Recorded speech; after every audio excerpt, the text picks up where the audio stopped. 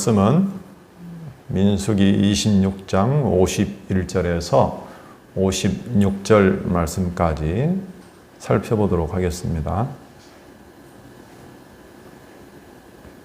자, 찾으신 줄 알고 한번 같이 읽어보겠습니다.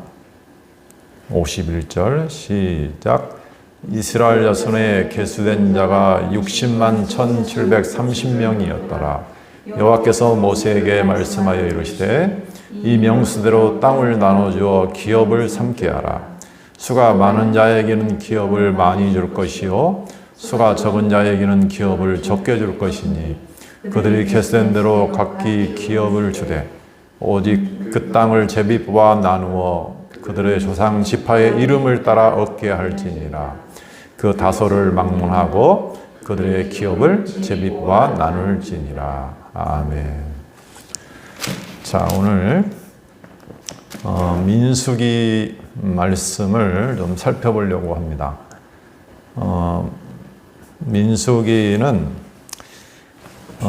광야 생활을 중심으로 해서 이스라엘 백성이 시험을 받고 그 과정에서 하나님께서 교훈하시는 내용으로 되어 있는 내용이죠. 오늘 말씀을 전할 주제를 생각해 봤는데 이렇게 정했습니다. 완전히 다른 하나님 나라. 완전히 다른 하나님 나라. 그러면 대상이 있어야죠. 어떤 나라하고 완전히 다른 나라인가?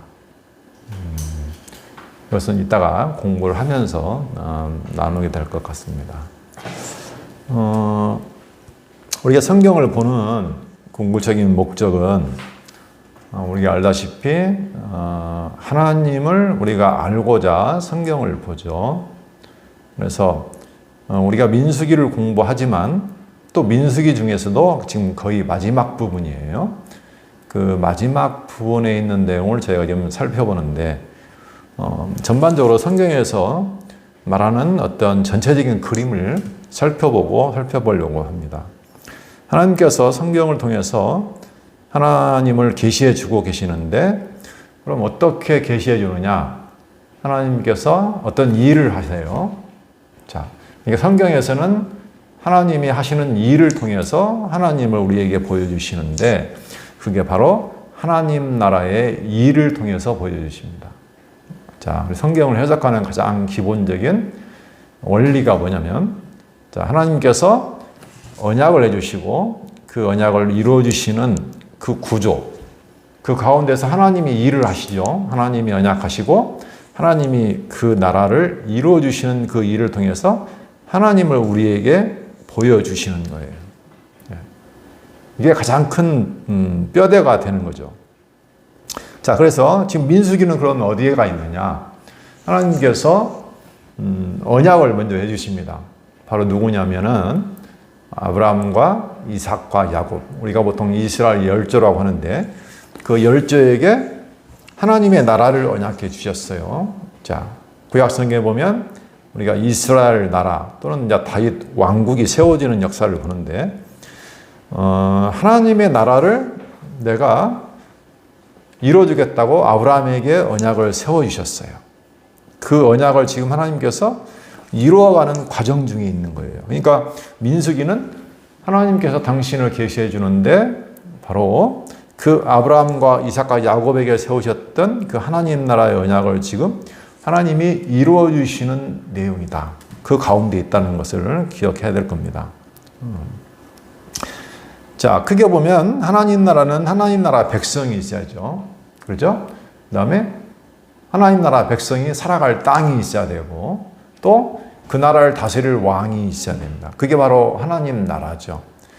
그래서 우리가 앞에서 살펴봤듯이 하나님께서 먼저 이스라엘 백성을 애굽 땅에서 건져내서 그 자손을 번창시키는 역사가 창세기에서 보면 창세기 37장부터 해서 출애굽기 18장까지 해서 하나님이 당신의 택한 백성을 애굽에서 번창시켜가지고 건져내시는 모습이 나오죠. 자, 그 다음에 그 언약, 하나님이 약속한 백성에게 하나님이 이제 하나님의 백성이잖아요. 그래서 그들과 세우신 언약을 다시 알려줍니다. 그게 바로 시내산 언약이에요. 자, 너희는 거룩한 백성이니까 너희가 지켜야 할 언약 백성으로서 너희가 어떻게 살아갈 것인가. 그래서 하나님께서 시내산 언약을 세워주세요. 그게 바로 출애굽기부터 보면 레위기까지 하나님의 거룩한 백성으로서 지켜야 될 것과 그리고 너희들의 거룩한 백성이 되려면 어떻게 해야 되는가 이런 제사 규례에 대한 내용들. 그래서 하나님의 백성으로서 어떻게 살 것인가 하는 것에 대해서 언약을 세워주시고 이제는 자 그러면 이제 애굽에서 나와서 약속한 가나안 땅이 있잖아요. 하나님 약속한 땅이 있는데 그 과정에 광야를 거칩니다. 그게 바로 오늘 배울 민수기의 말씀이에요. 하나님께서 열흘이면 갈 수 있는 애굽에서 나와서 가나안 땅까지는 열흘이면 가요. 그런데 그 땅을 무려 40년 동안을 통과하게 하세요. 광야 생활을 통해서 하나님의 백성으로 하여금 여러 가지 시련을 겪고 그 가운데 교훈을 주십니다. 그러니까 이것도 역시 마찬가지예요. 그 의미가 뭐냐면 결과적으로는 뭐예요? 하나님 나라를 만들어 가시는 거예요. 그 중에서 우리가 볼 것은 하나님 나라의 백성을 지금 삼아가는 과정이에요.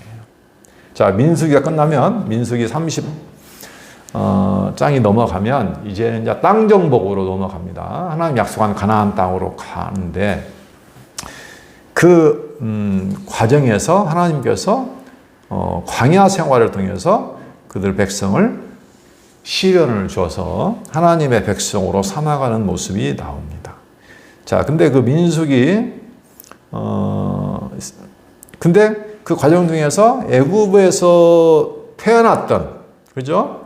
애굽에서 태어났던 그 백성들, 그 숫자가 한번 그 광야 생활을 시작하기 전에, 이제 광야에서 그들이 이제, 광야 생활을 출발했을 때 애굽에서 나오는 약 2년 2월 첫째 날 2년 2월 첫째 날에 출발을 했는데 그때 계수를 했거든요. 몇 명이나 되는가 그들이. 그랬더니 그 숫자가 얼마냐면 60만 3,550명이었어요. 레위 자손을 빼고 60만 3,550명이었어요. 근데 40년이 지나고 광야 생활을 마치고 그 숫자를 다시 한번 계수를 해요. 가나안 땅 입성하기 전에.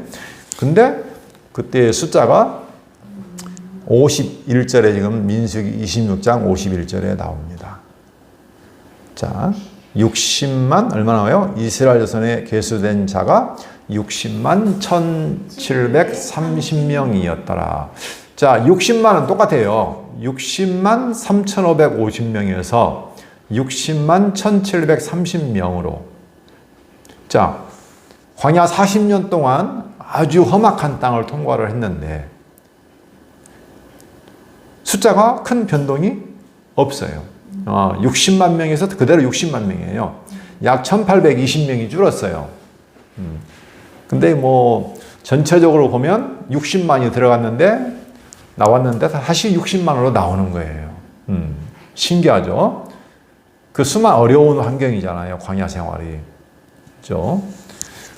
먹을 것도 없고 수많은 대적도 있고 전갈이 있는 그런 그 사막 땅에서 그들이 거의 그대로 그 숫자를 유지하고 나왔어요. 근데 지금 그러니까 지금 말씀이 기록한 26장의 내용은 이제 애굽에서 태어났던 백성들이 다 죽고 지금 새로 태어난 백성들 숫자예요. 그러니까 우리가 어떤 세대 교체됐다 그러잖아요. 그래서 시련을 통해서 백성들을 다 죽이고 지금 세대가 완전히 교체된 거예요. 새로 태어난 백성들 그 숫자가 이 숫자예요. 그들에게 지금 하나님께서 모세를 통해서 이제 말씀해 주시는 내용이에요. 자, 무슨 말씀해 주시냐면 가나안 땅에 들어가면 땅을 줄 텐데 하나님 약속한 땅을 나눠줄 텐데 이렇게 나눠주라는 거예요. 자, 그럼 말씀을 볼까요? 이스라엘 자손의 계수된 자의 수가 60만 1730명이었더라. 자, 아까 말했지만 여기서 우리가 중요하게 볼 게 있어요. 애굽에서 태어난 백성들 그 60만 명이요, 이 광야 40년 동안에서 다 죽었어요. 다 죽었어요. 그리고 여기 지금 계수된 사람은 누구냐면, 누구예요? 광야에서 아니고 다시 태어난 사람들. 다시 태어난 사람. 그리고 유일하게 애굽에서 태어났던 사람이 2명이 있어요. 그게 누구예요? 여호수아와 갈렙. 그 2명만 살았어요. 자, 아니 그러면 애굽에서 태어난 사람을 다 죽일 것 같으면 여호수아와 갈렙도 죽일 것이지, 왜 여호수아와 갈렙은 살아남고 나머지 새로 태어난 자들로 구성이 되어 있을까? 이런 의문을 가질 수 있어요. 우리가 가데스 바네아 사건 알죠? 정탐꾼 사건이 있을 때에 여호수아와 갈렙만이 하나님을 어떻게 했어요? 믿었어요. 나머지는 불신앙이었어. 그래서 하나님께서 다 죽인다고 했어요.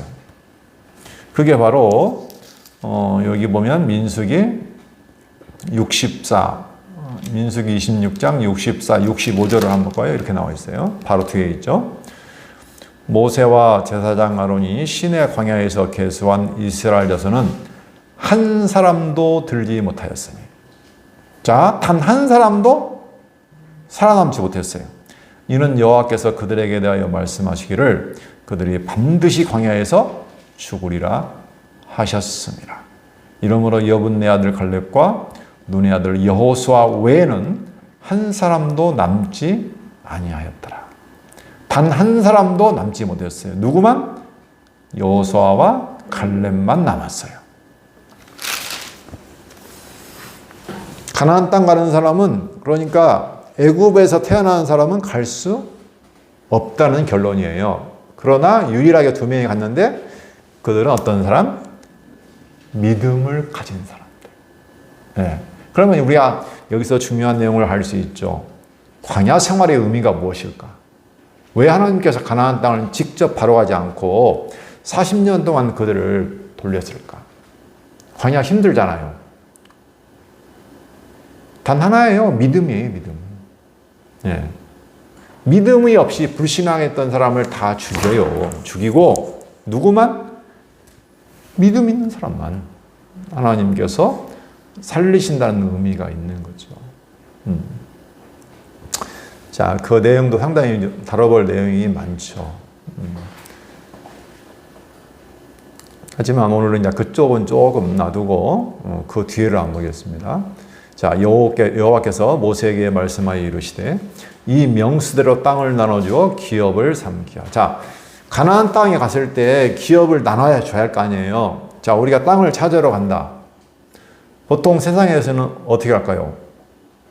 땅을 어떻게 가질까? 이거 참 어렵잖아요. 땅 많이 가지면 좋은 거잖아요. 좋은 땅 가져야 하잖아요. 위치도 좋아야 되고 땅도 많이 가져야 돼. 이게 보통 우리가 생각하는 거예요. 그럼 보통 같으면 야, 빨리 간 사람이 많이 갖는다. 아니면 내가 힘이 세니까 힘든 사람이 갖는다. 생각할 수가 있어요. 근데 하나님은 가기도 전에 이미 그 분배 원칙을 지금 말씀해 주시는 거예요. 어떻게 하냐면 이 지금 계수된 60만 1730명 이 명수, 사람 수대로 땅을 나눠주어 기업을 삼게 하라는 거예요. 자, 첫 번째 원칙. 그게 뭐예요? 명수대로 땅을 나눠주어 기업을 주라는 거예요. 세상에서는 어떻게 해요? 그 사람의 신분이 높으냐, 낮으냐, 나이가 많으냐, 적냐, 아니면 뭐 부자냐, 가난한 자냐, 뭐 여러 가지 조건이 있겠죠. 그러죠? 각자의 어떤 조건에 따라서 아니면 빨리 간 사람, 뭐 늦게 간 사람, 그죠? 뭐 열심히 한 사람, 뭐 열심히 안 한 사람 해서 나눌 수 있어요. 근데 아니에요. 하나님께서는 가나안 땅을 그렇게 나눠주지 않았어요. 그 사람의 신분이나 나이나 빈부나 어떤 조건도 필요가 없어요. 똑같이 한 사람. 네. 그 사람 수를 기준으로 해서 나눠주라는 거예요. 그러니까 누구나 똑같은 동일한 가치를 가지고 있다는 거예요, 이게. 이거 중요한 거예요. 그러니까 너나 나나 차이가 있다 없다? 없어요. 그러니까 너희가 뭔가 있는 것이 아니란 의미를 갖고 있는 거예요. 똑같다는 거예요. 똑같다. 네. 내가 가진 조건이 무의미하다는 거예요. 보통 세상, 이게 이제 땅이잖아요. 땅이라는 의미는 하나님이 나눠주신 기업이고, 그게 바로 하나님 나라의 기업이에요. 자, 구약에서는 보이는 땅을 줬어요. 그게 하나의, 신약에서는 다르죠. 보이지 않는 하나님 나라를 말하는데, 그 나라를 줄 때요, 우리로서는 내가 가진 어떤 조건이 무의미하다는 거예요. 누구나 똑같이 하나님께서 공평하게 나눠주신다는 거예요. 왜? 내가 가진 조건이 없기 때문에 다 똑같은 거예요. 이게. 그래서 내가 가진 어떤 공로나 나의 의로움이 무의미하다. 이런 의미를 가지고 있는 거예요. 중요하죠, 이거. 세상하고는 달라요. 자, 또 한번 볼까요? 또 한 가지 조건이 있어요. 54절. 수가 많은 자에게는 기업을 많이 줄 것이요 수가 적은 자에게는 기업을 적게 줄 것이니 그들의 계수된 대로 각기 기업을 주되. 자, 그러니까 숫자대로 주는 걸 다시 설명해 줬죠. 기업을 주는데 또 한 가지가 있어요. 오직 그 땅을, 두 번째 요건, 제비 뽑아 나누어. 다시 제비 뽑아 나누어 그들의 조상 지파의 이름을 따라 얻게 할지니라. 그 다소를 막론하고 그들의 기업을 제비 뽑아 나눌지니라. 그랬습니다. 자, 두 번째 원칙이 있는데, 지파대로 주는데, 그걸 또 누가 이 땅을 가져가고 선택을 해야 할 거 아니에요, 땅을 또. 근데 그 지파 있죠, 12지파. 그 이름을 따라서 제비를 뽑아요. 그러니까 누가 어느 땅을 차지할지를 알 수가 없는 거야. 누가 자기가 원해서 갖는 게 아니에요. 그러죠? 예를 들면 뭐 유다지파가 힘이 세니까 유다지파가 많이 차지한다? 좋은 땅을 차지한다는 게 아니에요. 거기 다소를 막론하라고 그랬잖아요. 숫자가, 옛날에는 숫자로 하면 힘이잖아요. 힘이 강한 지파가 뭐 좋거나 많은 땅을 차지하는 게 아니라는 거예요. 자, 그러니까 제비를 뽑는다는 것은 내 생각이나 뭐 내 계획대로 되지 않는다는 거죠. 그렇죠? 제비라는 것은 어떻게 될지를 모르는 거잖아요. 누군가 정한 대로 간다는 거예요. 내가 정한 거 아니에요? 다시 말하면 하나님이 정하신 뜻대로, 하나님의 정하신 뜻대로 이게 주어진다는 거예요. 자, 그러니까 가나안 땅 기업, 다시 말하면 우리로 말하면 하나님 나라의 기업을 어떻게 준다고요? 나와 상관없이 준다는 거예요. 그리고 무엇대로? 하나님의 기쁘신 정한 뜻대로 준다는 거예요. 이게 굉장히 중요하죠. 세상 나라는 어떻게 돼요? 자기 열심, 자기의 뜻을 세우고 자기의 계획을 따라서 열심히 노력해서 뭔가를 차지하는 게 세상 나라예요. 쟁취한다고 그러잖아요. 쟁취. 그죠? 사람들이 많이 노력하죠. 뭔가 계획을 세우고 뜻을 세우고 해서 열심히 노력해서 뭔가를 얻어요. 그렇죠?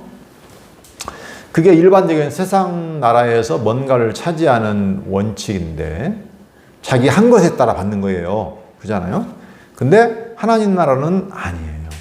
하나님이 작정해서 정해놓은 거예요. 그 정한 대로 제비가 뽑아지는 거예요. 잠언서에 보면 사람이 제비는 뽑으나 응답하기는 하나님이 달렸다고 했잖아요. 그런 거예요. 그래서 하나님의 나라, 하나님 나라의 유업, 기업은 전적으로 어떻게 돼요?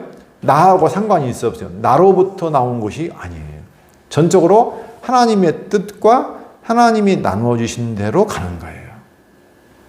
내 조건과 내가 보인 어떤 행동하고는 관계가 없다는 거죠. 이게 바로 복음이에요. 자, 그래서 결과는 어떻게 나오냐면 우리가 약속받은 나라는 어떤 나라냐면요, 거룩한 나라예요. 세상 나라하고는 구별된다는 거예요. 그런데 우리는 지금 살아가는 우리의 세상 나라는 모든 것이 하나님 나라하고는 정반대라고 생각해요. 완전히 달라요. 완전히. 원칙도 다르고요. 결과도 달라요. 의미도 달라요. 그래서 우리가 하나님 나라를 거룩한 나라다. 구별된 나라다고 하는 거예요. 다시 한번 정리해 볼까요? 자, 하나님이 주신 기업, 하나님 나라는 무엇대로 주어진다고요? 하나님이 정하신 기쁘신 뜻대로 주어지는 거예요. 하나님이 택해서 일방적으로 주시는 거예요. 세상 나라와는 달라요. 그래서 이걸 우리가 뭐라고 해요?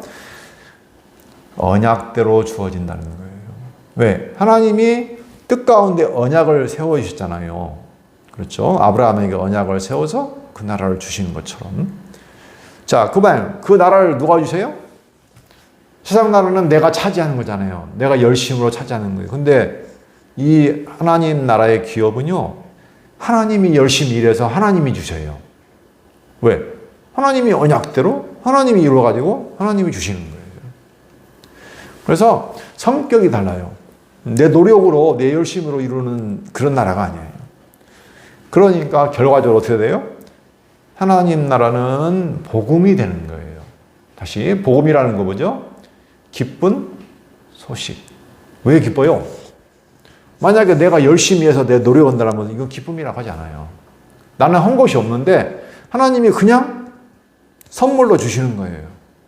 그래서 이게 기쁜 소식이라고 하는 거예요. 그래서 하나님 나라는 어떻게 결과적으로 하나님이 정한 대로 주시기 때문에 감사하게 되고 만족하게 되고 되는 거고, 하나님이 은혜를 주시니까 찬송하게 되죠. 네. 그래서 이 복음, 하나님 나라는 우리로 하여금 어떻게 해요? 자기가 높아지는 나라가 아니에요. 자기가 완전히 낮아지는 나라예요. 근데 우리 내면에는 이 자기가 살아있잖아요. 내가 뭔가 했을 거야. 내가 뭔가 열심히 했을 거야. 내가 뭔가 좀 어려운 곳이 있을 거야. 그래서 하나님이 주실 거야. 생각을 한단 말이에요, 누구나. 왜? 세상 나라가 그렇거든요. 그래서 하나님이 그거 아니야. 그걸 깨닫게 하려고 뭘 주세요? 그 과정에 율법을 주시는 거예요. 왜? 하나님께서 선악과 율법 언약을 주시고 또 아브라함에게 언약을 세워놓고 모세를 통해서 신의 언약을 세우잖아요. 그 율법이 뭐냐면은 깨닫게 하는 거예요. 율법 지킬 수 있어요? 못 지키잖아요. 그러니까 너의 의가 안 된다는 거예요. 네 노력으로 안 된다는 거예요. 너의 조건이 안 된다는 거예요. 너로서는 안 된다는 거예요. 그걸 깨닫게 하려고 하나님께서 뭘 주세요? 하나님께서 율법을 주시는 거예요. 그래서 율법의 앞에 가니까 내가 죄인이구나. 나는 사망의 존재구나. 하나님 앞에 설 수가 없구나. 자기 자리로 가는 거예요. 그걸 깨닫게 하려고 주시는 거예요. 이게 좋은 거죠, 사실은. 그러니까. 그래야 온전한 찬송이 나올 거 아니에요. 다시. 그래서 하나님의 나라는 값이 없어요. 조건도 없고 값도 없이 그냥 거저 선물로 주시는 성격을 가지고 있다는 거예요. 그러나 세상 나라는 모든 것이 다 뭐예요? 내가 해야 돼. 내가 해야 되고 내가 열심히 해야 되고 내가 노력해야 되고, 그러니까 항상 불안해. 또 다른 사람은 더 많이 줘. 그러니까 비교가 되죠.